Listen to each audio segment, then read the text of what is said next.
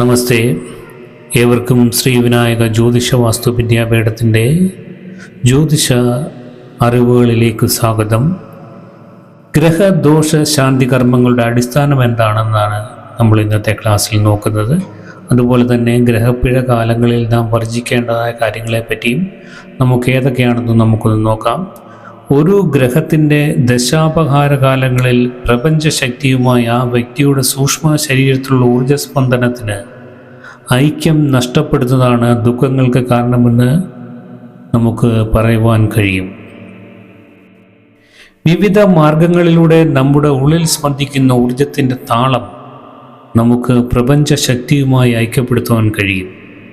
ഇതാണ് ഗ്രഹദോഷ പരിഹാര കർമ്മങ്ങൾ കൊണ്ട് ഉദ്ദേശിക്കുന്നത്. ഒരു വ്യക്തിക്ക് ചൊവ്വയുടെ ദശാകാലമെന്ന് കരുതുക.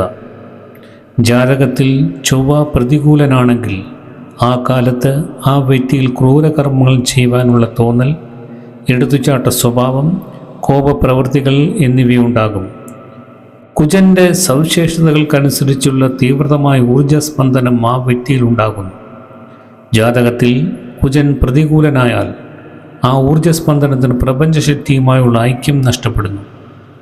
അങ്ങനെ വ്യക്തി അപകടങ്ങളിൽ ചെന്ന് ചാടുന്നു.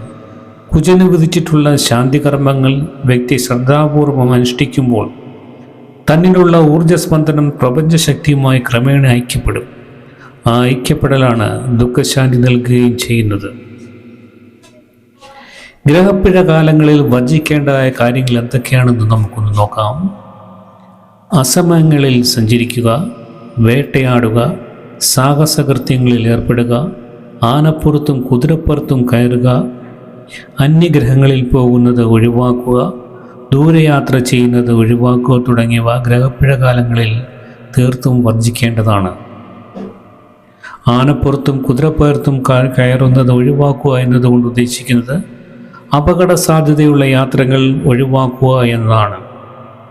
ഗ്രഹപ്പിഴ കാലങ്ങളിൽ നമ്മുടെ ദൈനംദിന ജീവിതത്തിൽ മുതൽ സുപ്രധാന കർമ്മങ്ങളിൽ ഏർപ്പെടുമ്പോൾ വരെ കൂടുതൽ സൂക്ഷ്മത പുലർത്തേണ്ടത് അത്യാവശ്യമാണ്.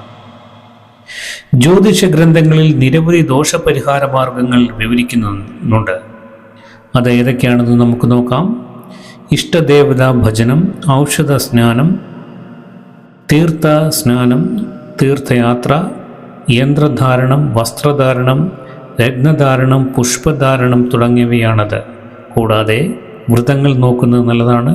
പൂജ, ഹോമം, ജപം, ദാനം, മൂർത്തിഭജനം, നമസ്കാരം എന്നിങ്ങനെ ദോഷപരിഹാര കർമ്മങ്ങൾ അനവധിയാണ്. ഇതെല്ലാം നടത്തുന്നതും ഉത്തമമാണ്.